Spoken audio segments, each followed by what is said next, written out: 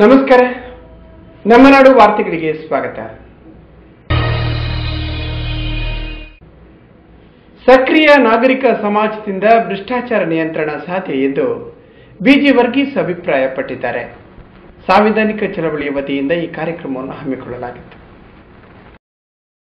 ಸಾಂವಿಧಾನಿಕ ಜನ ಚಳವಳಿಯ ವತಿಯಿಂದ ನಗರದ ಎಸ್ಡಿಎಂ ಕಾನೂನು ಕಾಲೇಜು ಸಭಾಂಗಣದಲ್ಲಿ ಭ್ರಷ್ಟಾಚಾರ ಮತ್ತು ಲೋಕಪಾಲ ಮಸೂದೆಯ ಬಗ್ಗೆ ಆಯೋಜಿಸಲಾದ ಚರ್ಚೆಯಲ್ಲಿ ಮಂಗಳೂರಿನ ಚಾರ್ಟರ್ಡ್ ಅಕೌಂಟೆಂಟ್ ಜಿಬಿ ವರ್ಗೀಸ್ ಮಾತನಾಡುತ್ತಿದ್ದರು. ಕ್ರಿಯಾಶೀಲ ನಾಗರಿಕ ಸಮಾಜ ತನ್ನ ಮನಸ್ಥಿತಿಯನ್ನು ಬದಲಾಯಿಸಿಕೊಂಡು ಭ್ರಷ್ಟ ವ್ಯವಸ್ಥೆ ಅಡಿಪಾಯವನ್ನೇ ಅಲುಗಾಡಿಸಿದಾಗ ಭ್ರಷ್ಟಾಚಾರವನ್ನು ನಿಯಂತ್ರಿಸಲು ಸಾಧ್ಯ ಎಂದರು. ವ್ಯಾಖ್ಯಾನಗಳು ಸರಿಯಾಗಿ ಕೊಟ್ಟಂತ ವ್ಯಾಖ್ಯಾನಗಳೇನು, ಕಾನೂನು ಕೊಟ್ಟಂತ ವ್ಯಾಖ್ಯಾನವೇನು? ಬರೀ ಲಂಚ ತಗೊಳ್ಳುವುದು ಮಾತ್ರ ಭ್ರಷ್ಟಾಚಾರ?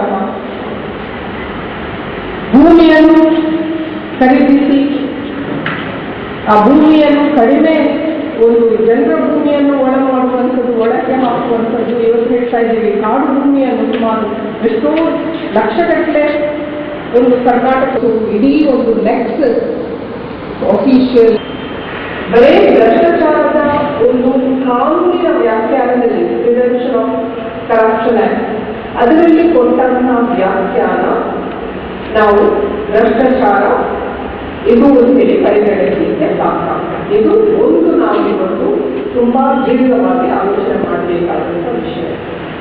ನಮಗೆಲ್ಲರಿಗೂ ಗೊತ್ತಿದೆ, ಭ್ರಷ್ಟಾಚಾರದ ಬೇರುಗಳು ಬಹಳ ಆಳವಾಗಿದೆ. ನಮ್ಮ ಸಾವಿರಾರು ವರ್ಷಗಳ ಇತಿಹಾಸ ಇರುವಂತ ಅಸಮಾನತೆಗಳು ಮತ್ತು ಅಸಮಾನತೆಯ ಒಂದು ವಿವಿಧ ರೂಪಗಳು ಹೇಳ್ಬೋದು. ಲಿಂಗ ಅಸಮಾನತೆ, ವರ್ಗ ಅಸಮಾನತೆ, ಜಾತಿ ಅಸಮಾನತೆ, ಇವೆಲ್ಲವೂ ಬೇರೂರಿರುವಂತ ಸಮಾಜದಲ್ಲಿ ಈ ಭ್ರಷ್ಟಾಚಾರ ಅಂತ ಹೇಳುವಂಥದ್ದು ಇದರ ಒಂದು ಸಿಂಪ್ಟಮ್ ಅಥವಾ ಒಂದು ರೂಪವಾಗಿದೆ. ಅಹಿಂದ ಸಂಘಟನೆಯ ಮುಖಂಡ ಲೋಲಾಕ್ಷ, ಸಾಂವಿಧಾನಿಕ ಜನ ಚಳವಳಿಯ ಸಂಚಾಲಕಿ ರೀಟಾ ನೊರನ್ನ ಮಾತನಾಡಿದರು. ಭ್ರಷ್ಟಾಚಾರವನ್ನು ಲೋಕಪಾಲ್ ಮಸೂದೆಯ ಹೊರತಾಗಿಯೂ ನಿಯಂತ್ರಣಕ್ಕೆ ತರಬಹುದಾದರೂ ಭ್ರಷ್ಟಾಚಾರವನ್ನು ವ್ಯೂಹಾತ್ಮಕವಾಗಿ ನಿಯಂತ್ರಿಸಬೇಕಾದರೆ ಈ ಮಸೂದೆಯ ಅಗತ್ಯವಿದೆ ಎಂದು ಎಸ್ಡಿಎಂ ಕಾನೂನು ಕಾಲೇಜಿನ ಪ್ರೊಫೆಸರ್ ಉದಯಶಂಕರ್ ಹೇಳಿದರು. ವೆಲೋರೆಡ್ನ ರೆನ್ನಿ ಡಿಸೋಜಾ, ಮರ್ಲಿನ್, ರಾಮ್ ನಾಯ್ಕ್, ಮಹಾಲಿಂಗ ಮೊದಲಾದವರು ಚರ್ಚೆಯಲ್ಲಿ ತಮ್ಮ ಅನಿಸಿಕೆಗಳನ್ನು ವ್ಯಕ್ತಪಡಿಸಿದರು.